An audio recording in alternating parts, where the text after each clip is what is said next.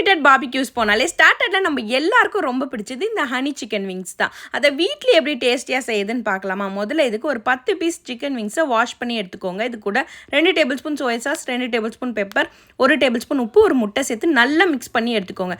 இது கூட 1 கப் அளவுக்கு மைதா சேர்த்து நல்லா மிக்ஸ் பண்ணி எடுத்துக்கோங்க.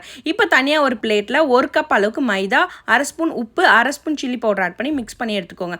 இப்போ இந்த சிக்கன் இதில் நல்லா கோட் பண்ணிவிட்டு நல்லா கிறிஸ்பாகிற வரையும் எண்ணெயில் பொரிச்சு எடுத்துக்கோங்க. இப்போ இது நல்லா பொரிச்சு எடுத்ததுக்கப்புறம் ஒரு கடாயில் ஒரு கியூப் சைஸ் அளவுக்கு பட்டர் ஆட் பண்ணிக்கோங்க. இது கூட பொடியாக நறுக்குன பூண்டு ஆட் பண்ணிக்கோங்க. கூடவே ஒரு 3 டேபிள் ஸ்பூன் அளவுக்கு சோயா சாஸ் ஆட் பண்ணிக்கோங்க.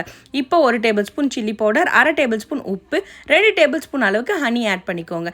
இப்போ சோள மாவு கூட கொஞ்சமாக தண்ணி மிக்ஸ் பண்ணி இது கூட ஆட் பண்ணால் நல்லா க்ரீமியாக இருக்கும். இப்போ நம்ம வறுத்து வச்சுருக்க விங்ஸ் இது கூட ஆட் பண்ணி நல்லா மிக்ஸ் பண்ணி விடுங்க. இதுக்கு மேலே கொஞ்சமாக எள்ளு, ஸ்ப்ரிங் ஆனியன் சேர்த்து இறக்கினா டேஸ்டியான crispy honey chicken wings ready. கண்டிப்பாக இந்த ரெசிபியை ட்ரை பண்ணி பாருங்கள். இந்த மாதிரி நிறைய ரெசிபி பார்க்கறதுக்கு மறக்காம நம்ம சேனலை சப்ஸ்கிரைப் பண்ணி பாருங்கள்.